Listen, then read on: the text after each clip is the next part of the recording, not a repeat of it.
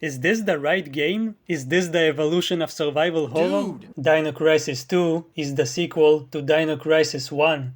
I know, that was the smartest sentence you've ever heard. The first game was a tense, claustrophobic Resident Evil clone. Instead of zombies and other weird creatures, it had dinosaurs. And big dinosaurs. Even though it was a commercial success, at one point being the best-selling game in Japan, and survival horror games were still popular, when it came time for the sequel, Capcom decided to go in a completely different direction. Shinji Mikami wasn't involved anymore. Instead, Shu Takumi took over as director. He's not really someone important. He just made a little unpopular indie game. Maybe you've heard of it. It's called a freaking Ace Attorney. Objection! Hold it! Take that! I've never actually played it, but I know it's good. But before that, he worked on Dino Crisis 2, and he made some drastic changes to the gameplay, to the point where one might think that this is a completely different franchise. Well, if you ignore all of the dinosaurs and the protagonist's red hair, I'll go into more details soon, but basically, forget about survival horror. This is a fast-paced action game now. Whether that's good or bad, depends on your preference. The gameplay may have changed, but the story is connected to the first game. It picks up 1 year after the events of Dino Crisis 1. I'm assuming it follows the ending where everyone survived, even though Gale and Rick don't appear in this game. Just as I suspected. Precisely. So if you don't know, or don't remember, in the first game there was this wacky, kooky incel doctor named Kirk. He developed something called the third energy, which caused a disruption in space-time and led to dinosaurs appearing in our time. So what do you think the main characters do after surviving these horrible events? After almost getting eaten by big-ass lizards, Big-ass lizard! they go over to their government and hand over a disk which contains all of the data about this time-manipulating energy, so that the government can keep messing with time. Yeah, we're not exactly playing as the quote-unquote good guys. They're not evil, they're just mercenaries doing their job. Meaning they're stupid. No! The government thought to themselves, dinosaurs came from the past and started killing everyone? Nah, it's fine bro, it's not gonna happen this time. But of course messing around with time caused some problems. However, in their pursuit of immediate results, they have failed to take the necessary precautions, and once again, an accident has occurred. This time, the entire research base, military institution, and a small town close by have disappeared. In their place, there now lies a jungle from another time. It's a damn shame. A damn shame.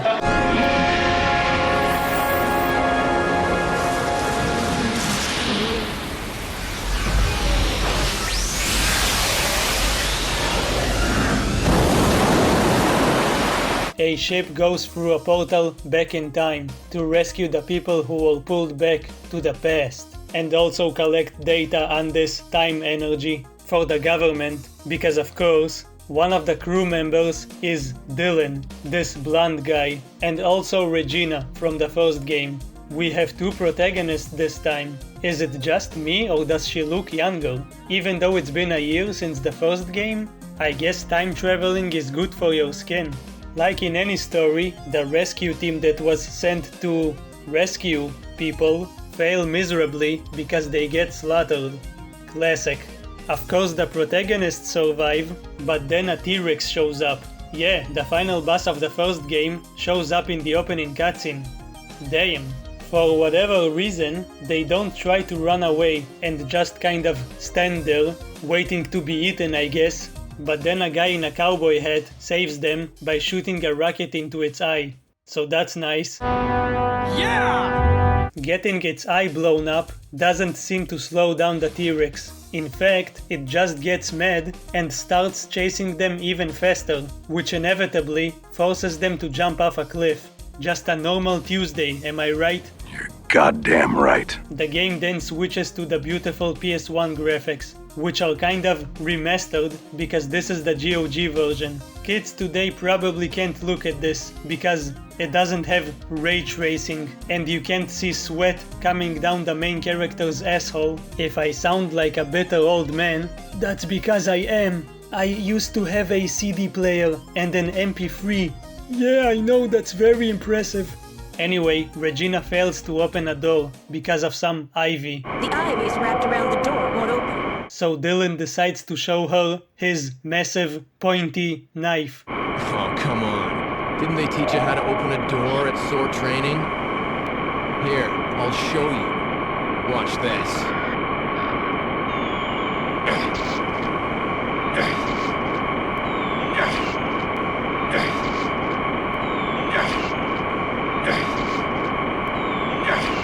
Yeah, cutting it so slowly is very impressive. Very masculine. Yeah. See ya. Regina wasn't impressed by his intense masculinity, so they split up. Okay, last time I highlighted the differences between the first Dino Crisis and Resident Evil. Now I'm gonna do the same with Dino Crisis 1 and this game. You know how unlike Resident Evil, Dino Crisis used an actual 3D engine? Say goodbye to that. Dino Crisis 2 goes back to the pre-rendered backgrounds. Apparently they did that because they wanted to set the game in a jungle, and they could not do that with a 3D engine. I don't know why they were obsessed with jungles, but okay, I guess it's a cool setting. Okay, what about the gameplay? The combat.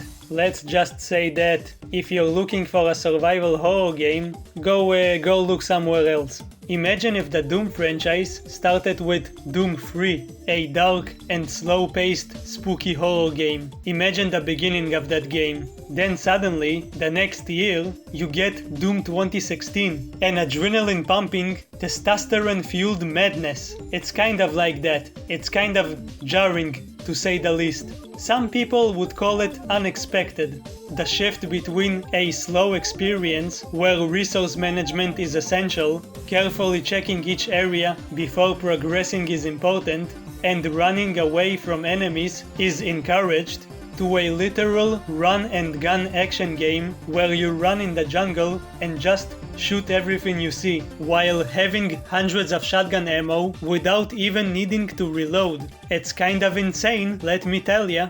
And yeah, you can actually run, aim, and shoot at the same time.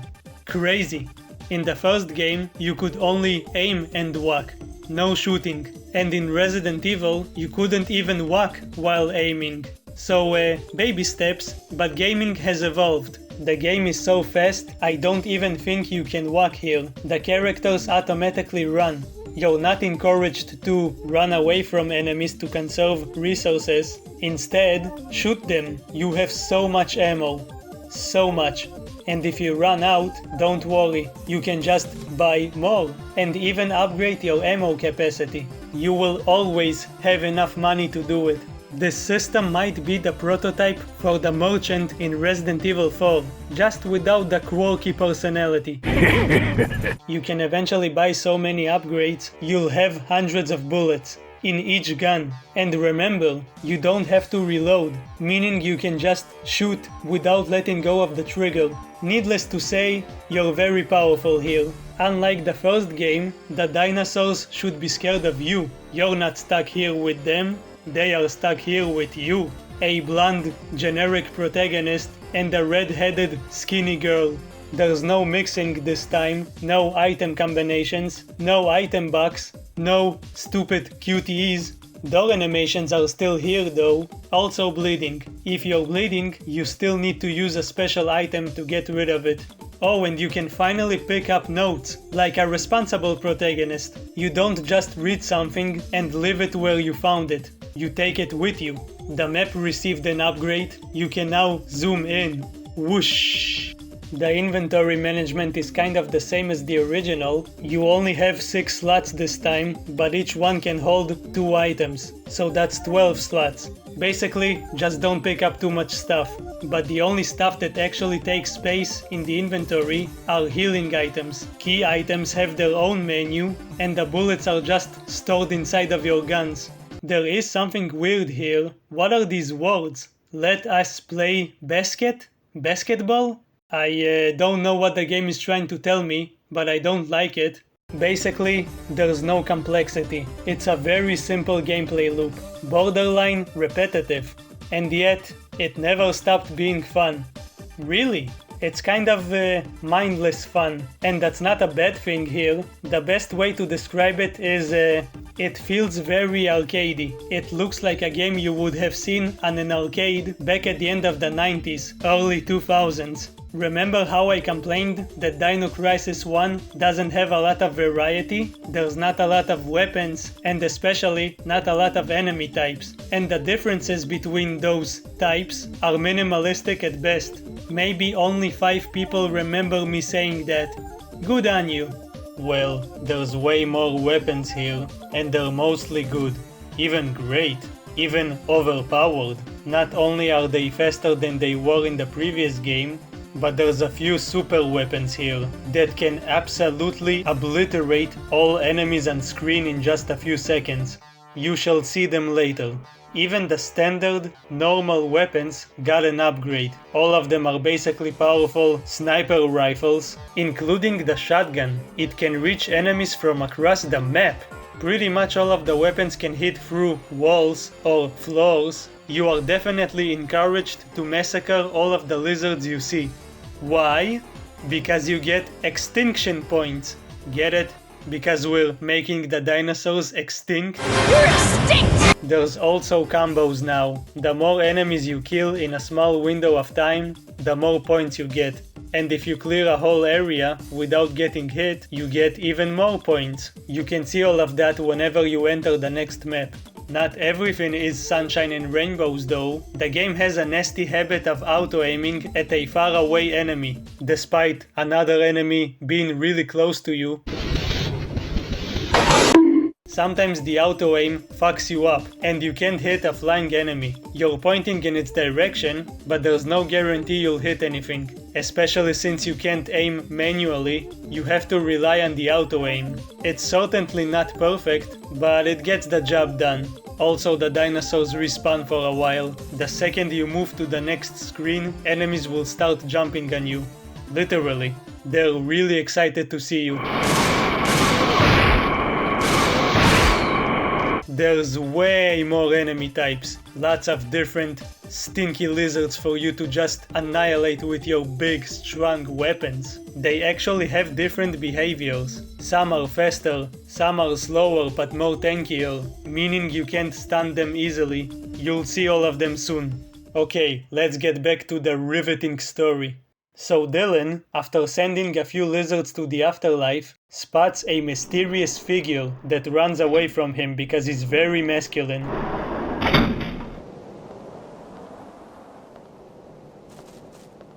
Hey! Who are you? Are you one of the survivors?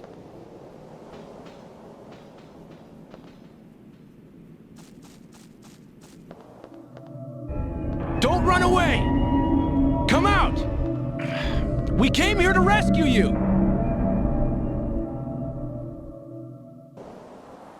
Well, that was weird. People usually don't run away from me. They don't get the chance to run away. What? Dylan proceeds and eventually gets chased by the T-Rex from the opening cutscene. But then more helmet people show up. Then they start shooting squares that explode? Hexagon? I definitely didn't expect a biker gang to start attacking me with geometry when I start playing a game about killing dinosaurs. More importantly, why are they shooting at me while there's a freaking T-Rex next to us? Do they not have any sense of self-preservation? Speaking of no self-preservation, Dylan uses a key to open this box that has the color red on it. But the key he uses has a different color. It still opens the box, but a security lockdown is triggered and he's locked in here. Good job, you dummy. He calls Regina and tells her that, "Wah, I'm trapped. Please help me." And she's like, Did you swing your precious machete around? Well, I guess I can help you out. Over. He then slides the key under the door. He wants Regina to pick it up so she could use it to unlock his door. But why is he doing it now? She's still not here, and one of those helmet people can come in and steal it. Wait, was she on the ship this whole time? Why? I guess she was just chilling while Dylan was searching for survivors? Anyway, we play as Regina now. The gameplay is exactly the same, except for one thing. Each character has a special melee weapon. Dylan has his impotent knife that can cut grass, while Regina has a stun blade. You can use them in combat if you want, but you'll mainly be using them to open different kinds of doors. They're more like keys. Only Regina can open these electrical doors. On the way to Dylan, a giant dinosaur throws a car at her, then throws itself on her. It's the first boss fight. It's kind of tense, and I kill it with a pistol. The bigger they are, the harder they are. Or something like that. Regina gets closer to Dylan, but is then also attacked by the biker squad.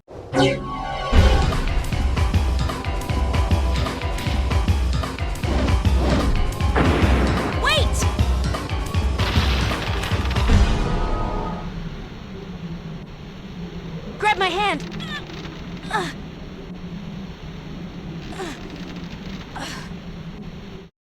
Despite being attacked, Regina saves the biker, only to discover that it's a blonde, young girl, a Gen Alpha specimen.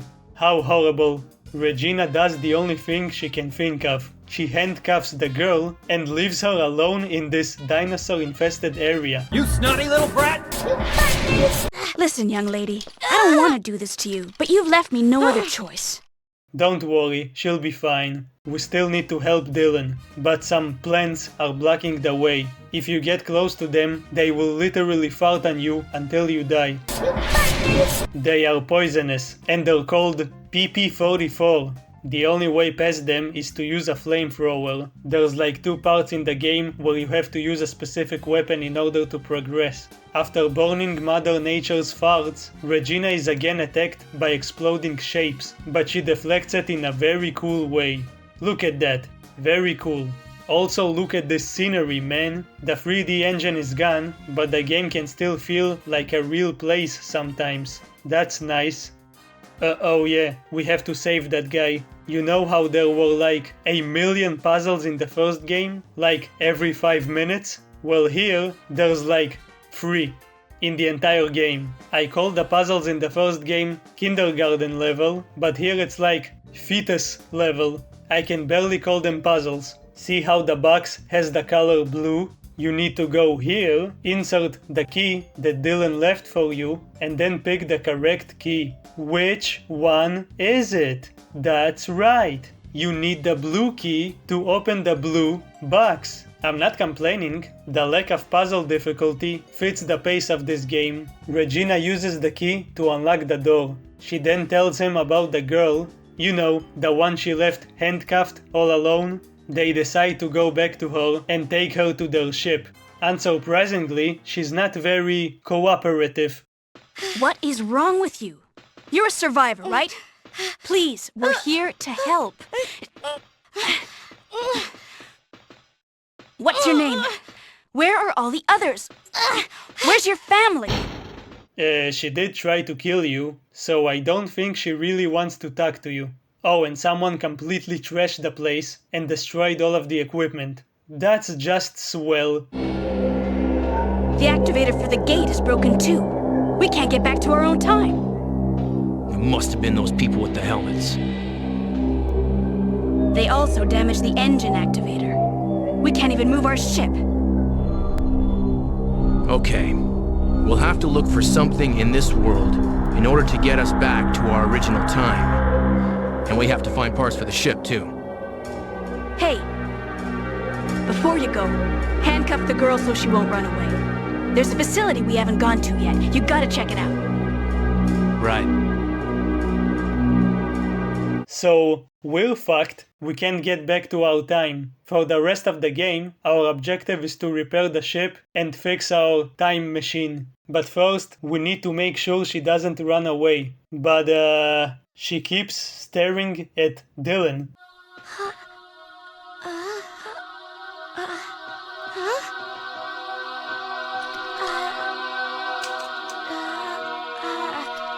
Hey. What are you doing? Stop it. What's the matter?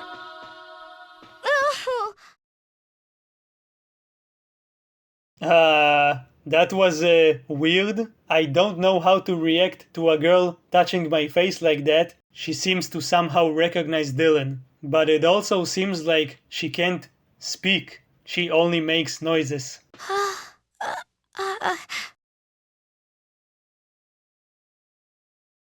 Yeah, the translation in this game isn't the best. Why is Regina being lazy and staying on the ship again while Dylan has to go outside? There are still areas we haven't been to. Go search for survivors. And we need that battery. We're on a mission here, lady. This isn't a cruise ship. Stop chilling here while I do all of the work. Whatever, we go out and fight another big boy. He goes down after receiving about 50 shotgun shells to the face. Yeah, take that. Who said dinosaurs have to be scary? Then another shows up and dies. I don't even have the best weapons yet, and I'm already kicking all kinds of ass. Dylan eventually opens a door that Regina couldn't, which leads him to a research facility, where he encounters chicken dinosaurs?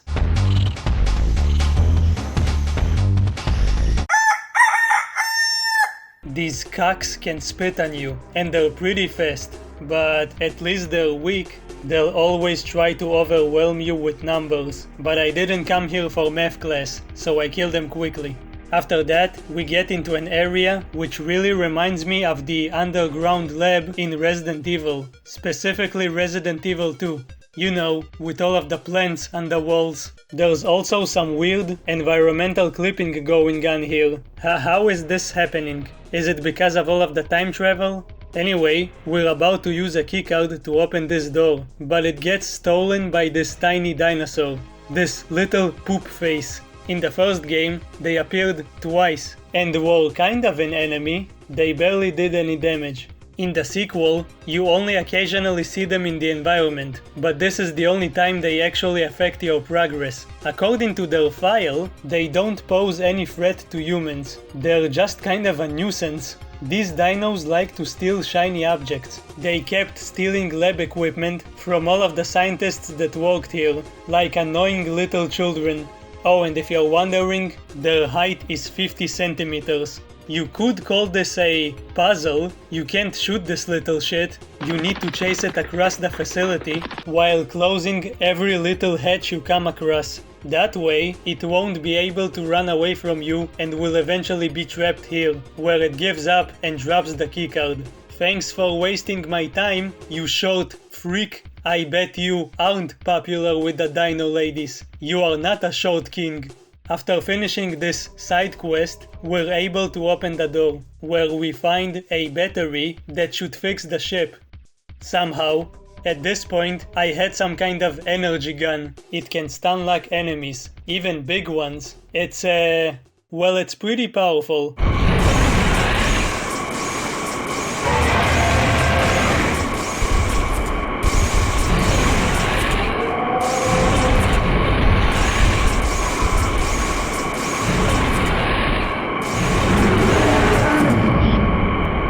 Easy peasy. Thanks for the no damage points. If that wasn't broken enough for you, I then buy an anti-bleeding suit. Now I don't have to worry about bleeding ever again. The suit stays on even when you switch to Regina. If only women could wear that on their period. Speaking of Regina, Dylan goes back to the ship, only to find a girl missing. She's gone. Yeah, I can see that. You know what else is weird? I've checked the stats on all the residents and soldiers, but I couldn't find any profile fitting her description. It's like she doesn't exist. Well, I was thinking, maybe she's not one of the survivors at all.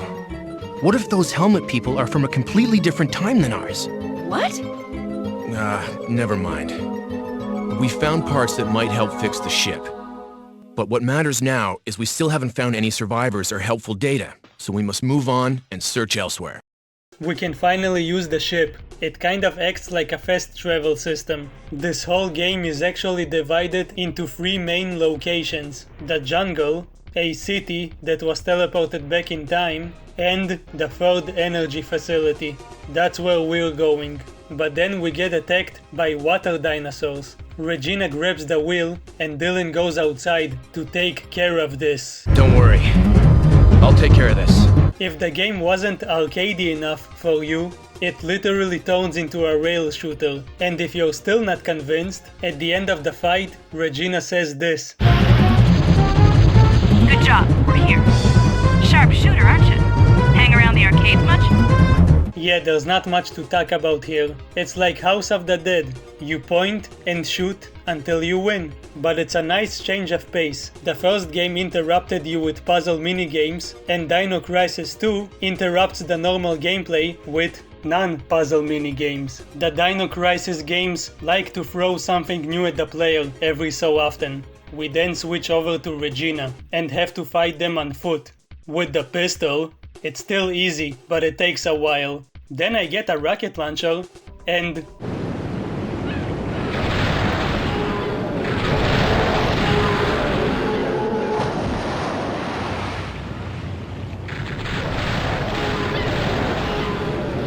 yeah, these are homing rockets.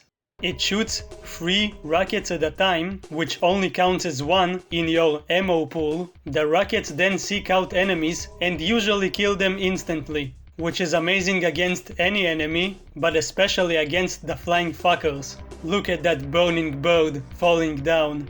It's the most powerful weapon in the game. It even says it itself. At this point, the dinosaurs might as well surrender. There's no point prolonging their suffering. I go back and kill more of them to farm points, so that I can upgrade the rocket launcher, and also buy a special card that extends the combo time, meaning I'll get even more points that will buy me even more upgrades. And eventually, I get one that also doubles my points. This is how powerful you can become in this game. I feel like I'm using cheats. There's a locked door here. Nearby, there's corpses with a note next to one of them. Apparently the biker squad attacked them as well. This one was running away from them, but eventually died here because of the flying dinos. The helmet people stole some kind of important disc, or damn helmets, as he calls them. He also had the keycard to the locked door, but he dropped it in the jungle area. Gee, thanks. Now I have to go all the way back there. How inconsiderate of you. You should have thought about my struggles while you were horribly dying to flying lizards. So I run all the way back to the ship, go back to the jungle, get to this place with the waterfall, run back here and find the keycard underwater. This took me about 10 minutes. I could have gone to the toilet instead of wasting my time on this fetch quest. Now I have to go back again, but this time there's no enemies. I killed them so many times for points that they just stopped showing up. They got offended and humiliated. I use the keycard and eventually get inside of the facility.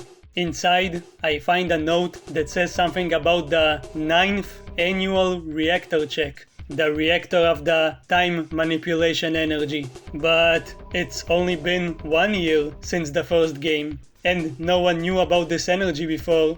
Whatever, fictional stories always get messy and stupid when time travel is involved. Some people went to check on the reactor, but got eaten. Whoever wrote this, yes, you are correct. This is a problem. Remember how we came here to rescue people in some city? A guy named Bob has the key to that city. He went underwater to check on the reactor, but didn't come back. I don't know why a random dude has the key to the whole city. Is he the mayor or something? Bob the mayor. Anyway, we need to find this Bob fellow and get that key. So we need a diving suit. For that, we need to solve a puzzle. It's more like a quick time event. You have to hit these switches with your knife every time it's red. Why do I have to play whack-a-mole to open a closet? Regina puts on the diving suit, and this is where the game switches gears again. It's about to get spooky! Nah, not really.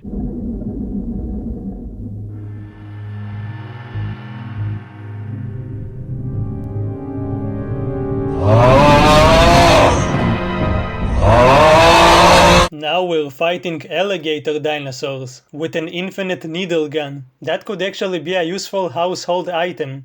I actually really like this section. It's kind of atmospheric, and fighting swimming lizards underwater is cool. But I do miss my rocket launcher. You can't use your weapons here. It's okay though, you can buy a torpedo launcher almost immediately. And yeah, it's as powerful as it sounds. It's basically an underwater RPG. I feel like the Terminator. There's a wall that's blocking the way and I didn't know what to do. Then I went back and realized I can jump. I'm pretty sure the game never tells you can do that. You can fly? No. Jump good. So Regina can jump underwater, but I guess when she goes back outside, she just forgets how to do that. You can aim and shoot while jumping. You can even do a 360 no-scope, so that's cool. We do some platforming, which is weird in this type of game, but at least it's functional. It's not horrible like it was in Alone in the Dark. That was the scariest part of that game. No. We need to jump to this place and shoot this pillar.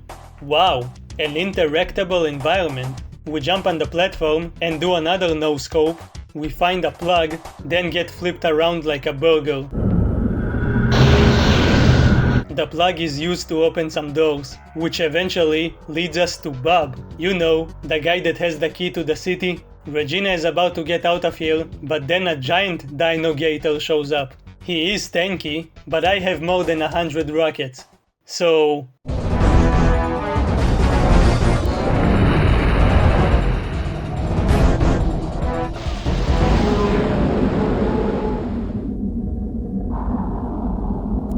The water current is presently normal.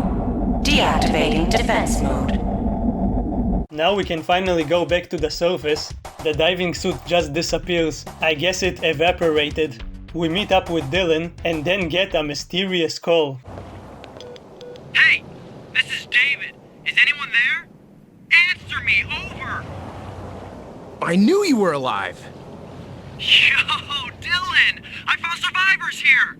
Wow guys, it's David! What, you don't remember David? The most memorable character in the game? He was that one dude who used a rocket launcher on the T-Rex. He was in the opening cutscene, and then we never saw him again. How could you forget about him? Yeah! Okay, let's go find David. We're heading towards the city, which is the last location of the game. On the way, I get ambushed by another big boy, but I make him spin around with my fire, like I'm heating him up. I then buy an anti-tank rifle. Holy shit, how are all of these weapons here? This is the second best weapon in the game. It one-shots almost everything, and it can penetrate through targets. You can kill multiple enemies with one shot. Dylan does have a rocket launcher, but it's shit compared to Regina's. Don't buy it. It's a big waste of money. It only fires one rocket, it's not homing, you can't aim it upwards, so you can't hit flying enemies. Or down, for that matter. You have to wait for enemies to jump in front of your face. Bullshit. Either I'm missing something, or it's really bad. Just stick with the tank rifle. Look, this is David's mark. That's very cautious of him. That's how you survive. Let's look for another mark. Okay, let's split up then. Yeah, let's split up. But then we go in the same direction. We need to go into a cave, but there's a big rock that's blocking our way. Too bad Chris Redfield isn't here. You have to buy this weapon and use it to blow the rock up. It's a secondary weapon like the knife, which means I'm not gonna use it. Inside of the cave, we meet probably the strongest enemy in the game. It takes longer to stun them, they usually come in packs, and they have a lot of health. A lot. They can even knock you down and attempt to do something highly illegal, but you can knock them into a pool of lava.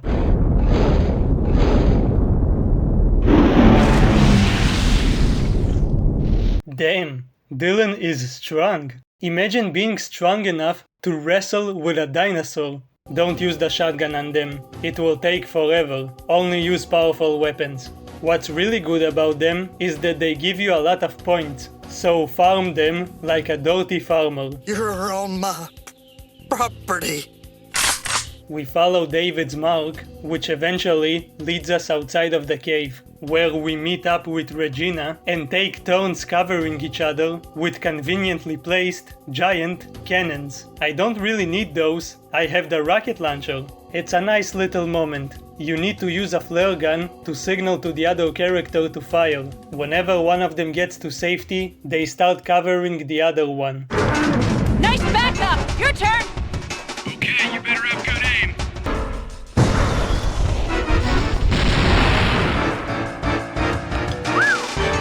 That was close! Your turn now! Eventually, they get out of there. Regina, look. Over here. It's horrible. Who would have done this? What do you mean who could have done this? Maybe the dinosaurs? After that, they get into a jeep to escape from rhinoceros dinos. Rhino Dino. We're playing a rail shooter again. I noticed that every time this happens, Dylan is the one with the gun and Regina is the driver. She's doing a good job. Who said women are bad drivers? Hey, Regina! In front! Watch out!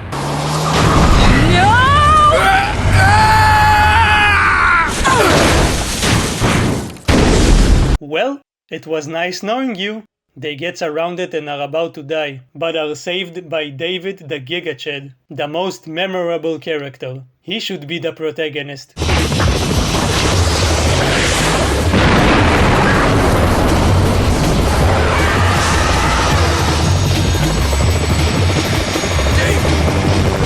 You're toast! Yeah, okay, cool. How did you even get a helicopter? And why didn't you just come pick us up? We also discovered that there's no one left to save. I know, shocking. Well, maybe except these guys? They seem fine enough. Did you crash the helicopter? When did that happen? These people were the only ones left. There aren't any survivors now. So we failed. How could we let everyone die? Look, we still have the mission to retrieve the data on Third Energy research. You're starting to sound a lot like Gale. Dude, even if we get the data, how do we get back to our time? The activator for the gate has been destroyed, right? That's why we need that data. If we study it, we might be able to build another gate to go back. Fine. Let's split up and search the town for the data.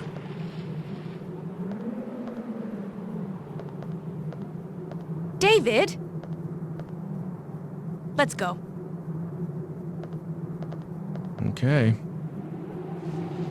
Dude! So we need to find that disk, which will maybe help us fix the time machine, or time gate. So we go into a drugstore. Sussy baka! Inside, we find a note that, well, it's not pleasant. Apparently the humanity of this timeline is about to be extinct. The military is planning to fire a rocket and kill all of the dinosaurs and probably all of the humans. So it's like a Raccoon City situation, not what you'd call wholesome.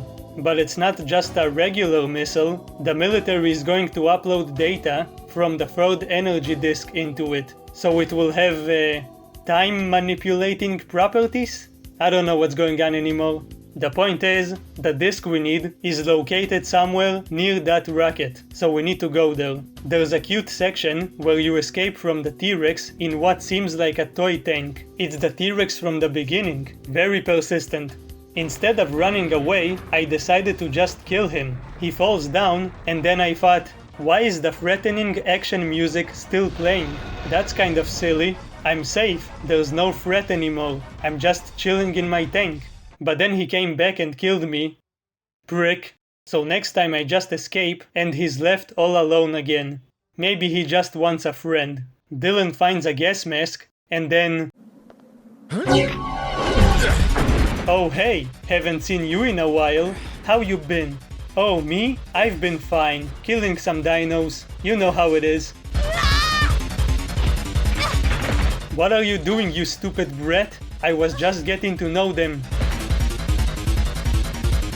Now look what you did. You disrespected them so much, they didn't want to live anymore. I don't know if it was a man or a woman. During the scuffle, the blonde child dropped her necklace. I don't remember her wearing a necklace before. Dylan seems to recognize it. He says it looks like his sister's necklace. Yeah, you can see the plot twist from a mile away. You know what? Maybe it's not that predictable. Maybe you aren't as smart as you think you are. Maybe I'm not smart as I think I am. You don't know anything. All you do is sit in your room, waiting for a miracle that never comes.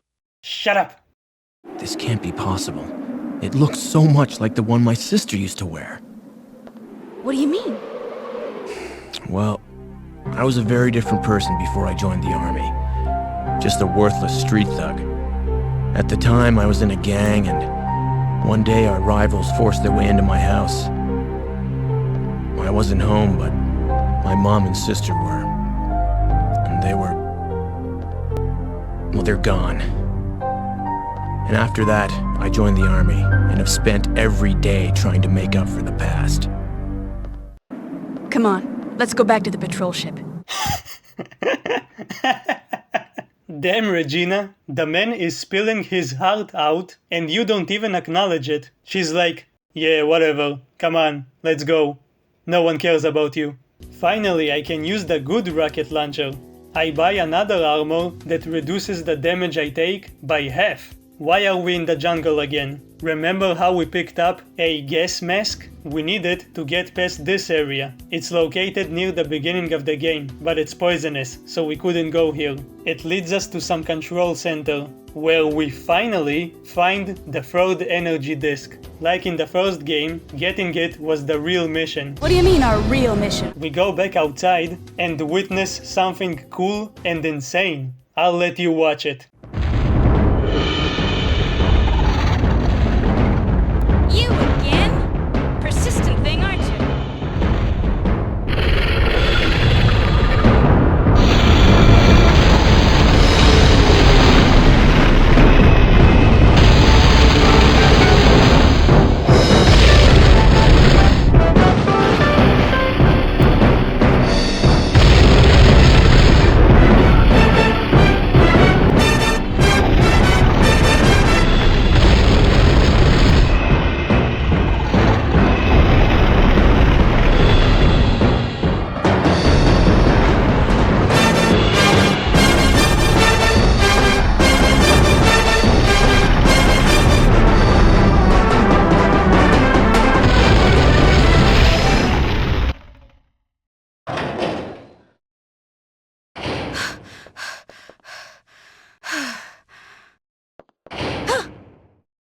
Dylan, you scared me.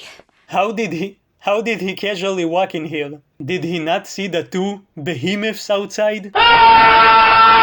We just got saved by an even bigger boy. He ate the final boss of the previous game, but don't think he's on our side. He wants to eat us too. And if that wasn't enough, his ground shaking somehow activated the missile.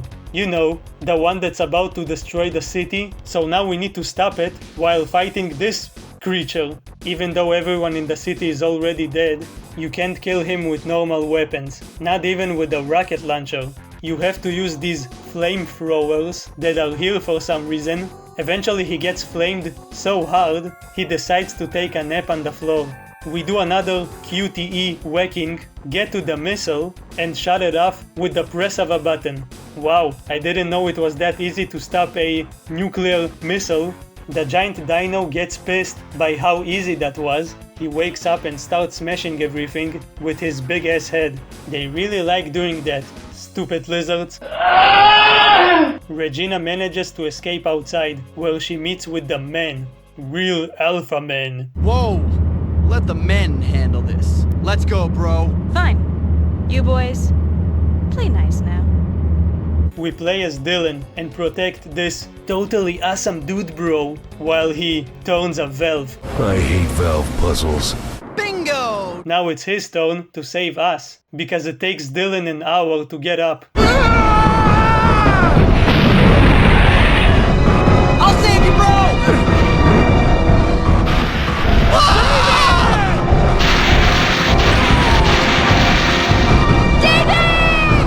Why didn't he keep using the rocket launcher? Did he run out of ammo? It's like he only existed to die. He's almost a joke character. I'll save you, bro! Regina and Dylan get separated, but then he meets with the blonde girl. It seems like she wants him to follow her.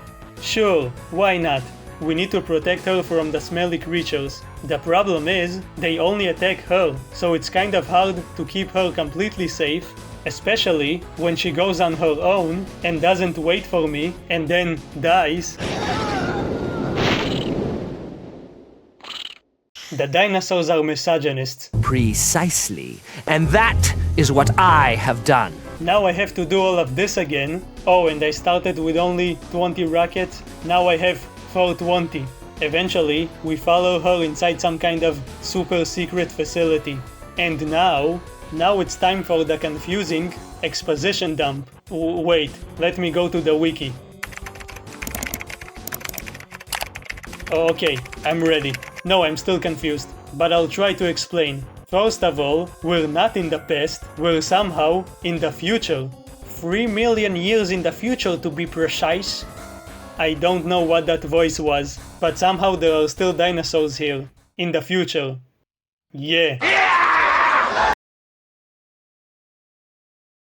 So after the first game, some government researchers performed experiments with the third energy. Throughout the years, they managed to bring dinosaurs into the present time. But it's okay, they built some nice houses for them. But eventually they realized that, oh wait, messing with time, bringing dinosaurs and other things from the past might change history completely. Maybe these changes will affect human evolution, meaning the human race could be wiped out from existence. It will be like we never existed. That's why you should never mess around with time, you stupid fuck. We find a hologram that gives us more details. During the 50s, the 2050s, the researchers, their families, and everyone that was involved in the project, they teleported to the future, along with all of the dinosaurs they brought from the past. Their time machine broke down and they became stranded here, so they devised a plan to save humanity. The Noah's Ark plan. Yeah, really original name. Then someone finally came to the realization that humans and dinosaurs cannot coexist. Wow, incredible. This genius explains that this facility was built as a suitable environment for dinosaurs, but there's also children here that were put inside special life support chambers. These chambers were originally meant for the dinosaurs, to preserve them or something. As a means of saving what's left of humanity, the chambers were supposed to be sent to the past, or present time. Present time! These chambers pumped the children with knowledge about this timeline. I guess they heard lectures in their head while they were trapped in these chambers, so it's like a normal school experience. The side effect of this curriculum is that the children lose their ability to speak. Also like a normal school experience. They will also feel the urge to protect the dinos. Yes, you guessed it, the biker squad that was attacking us are these children. They don't want us to hurt the dinos, and that's why this blonde girl can't speak. Oh, and some of them are androids or something. But why is she so obsessed with Dylan? Well, the twist is super predictable, but still super wacky. This old guy here is Dylan from the future, and somehow he knew that he would come from the past. What? You're myself in the future? And the blondie is Dylan's future daughter, Paula. Papa. Paula. Paula. Boomer Dylan wants Zoomer Dylan to take Paula and any surviving children back in time. Apparently they did manage to create a functioning time gate, but it will only work once. The gate is not complete yet. You'll be able to use it only once. Please, say hello to Regina for me. I'm counting on you, Lieutenant.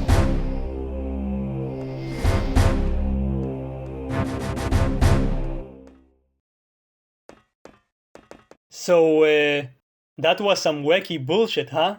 Wait, so is the older version still alive? Or is it a saved hologram, like a video that he recorded before he died? Okay, look, if I got something wrong or missed something during this explanation, and if you really care about all of the little details in this story, then call me a big dummy and correct me in the comments. Now that we got all of that time shenanigans out of the way, it's time for the final boss. No, wait, we're attacked by the Frisbee gang. It's only one this time. Probably the last of its kind besides Paula. This asshole turned on the self-destruct sequence before he dies to the big dino. Yeah, spoilers.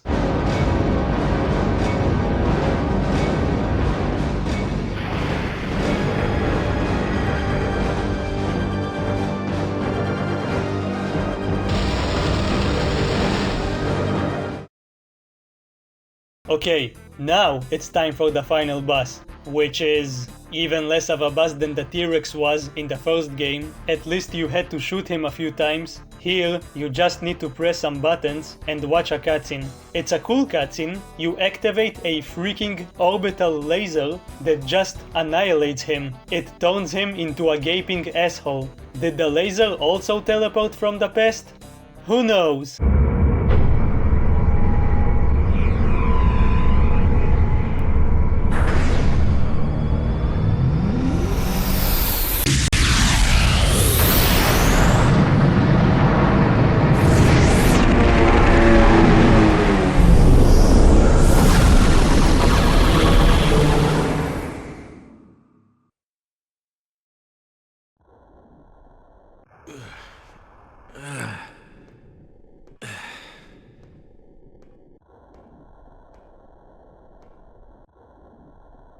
Yup, that's definitely an asshole suffering from explosive diarrhea. Whoa.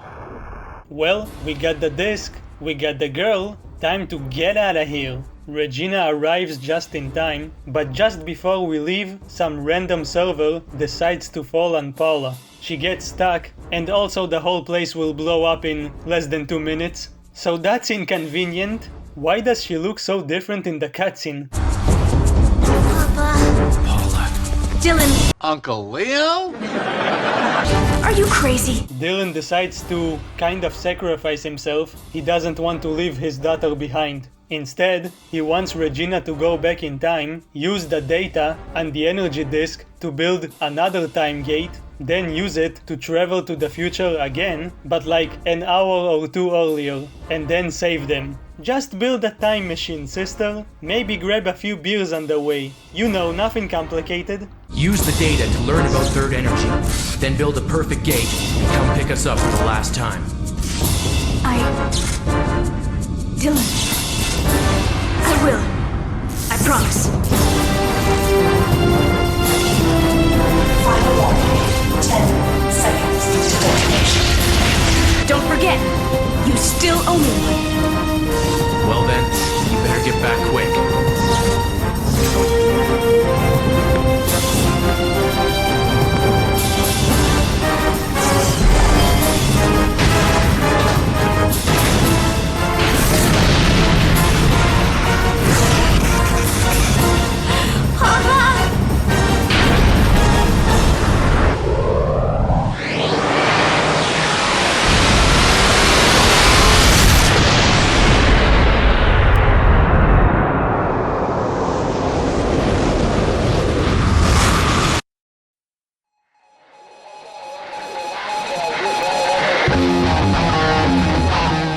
Wow, that's the end. What a cliffhanger. That's an insane time travel story. But I do want to see how this continues. Too bad we're never gonna find out, because we're never gonna get a proper sequel. Yeah, this is the last time we see Regina. Are you crazy? Are you crazy? Are you out of your mind? If you really enjoyed the fight with the 2 really big boys, you can recreate it with a dinosaur fighting game. No, seriously, it's called Extra Crisis. Dino Crisis 2 is great, at least in the gameplay department. I'm usually a survival horror kind of guy. Maybe I like to be scared and vulnerable and get chased by creepy monsters, but I gotta say, I had a lot of fun with this one, more than I did with Dino Crisis 1. Oh, and something really weird, I'm recording this after I finished the script and almost finished the video, but only now I found out that you can dodge in this game. Apparently it wasn't on by default. That could have been useful during my playthrough. The frantic combat really gets the blood pumping from the dinosaurs' heads, but the story is kind of insane. In the first game, all of the time travel nonsense was more or less just an excuse to have dinosaurs to kill. It wasn't actually an important part of the game. Surviving against killer lizards was. But in the second game, it's the main focus of the plot. Introducing time travel to any story will always be messy, at least to some degree. The rules of time and space become convoluted. But the games do follow the Resident Evil formula. The first one happens in a facility that is kind of isolated from society, while the sequel expands into a whole city and some other places. Regina is more of a secondary character than a protagonist this time. Think about it. All of the character stuff and the main plot revolves around Dylan. He's even the first playable character. It seems like Regina is here just because she was in the previous game, and because she has cool red hair. The ending feels kind of hollow. It's climactic and anticlimactic at the same time. It feels like the game should have went on a bit longer, but the developers were like, let's make the girl get trapped, so they have to stay, and the other girl goes back without them. Yeah, ooh, what will happen next? Find out in the next... never. We'll never find out, because Dino Crisis 3 doesn't continue this story. So, I guess they will be stuck in an endless time loop, constantly trying to save themselves by going back in time. Dino Crisis 3 decided that, fuck it, let's have a completely unrelated plot, with completely new characters. Regina? Dylan? Who's that? Never heard of them. No, wait, the actual sequel is Dino Stalker?